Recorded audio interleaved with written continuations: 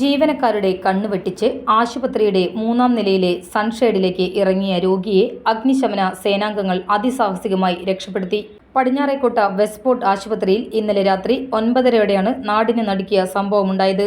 ആശുപത്രിയിലെ സൈക്യാട്രി വിഭാഗത്തിൽ ചികിത്സയിലായിരുന്ന വ്യക്തിയാണ് 3-ാം നിലയിലെ വീതി കുറഞ്ഞ സൺഷെയ്ഡിലേക്ക് ഇറങ്ങിയത്. ചികിത്സയുടെ ഭാഗമായി ഡോക്ടർ സെഡേഷൻ നൽകിയിരുന്നതിനാൽ സൺഷെയ്ഡിൽ എത്തിയപ്പോഴേക്കും ഇയാൾ അബോധാവസ്ഥയിലായിരുന്നു.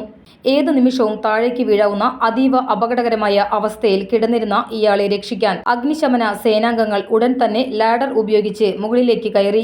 സേനാംഗങ്ങൾ അടുത്തേക്കെത്തിയതോടെ ഇയാൾ ബോധാവസ്ഥയിലേക്ക് മാറുകയും പരിഭ്രാന്തനാകുകയും ചെയ്തത് രക്ഷാപ്രവർത്തനം കൂടുതൽ സങ്കീർണമാക്കി.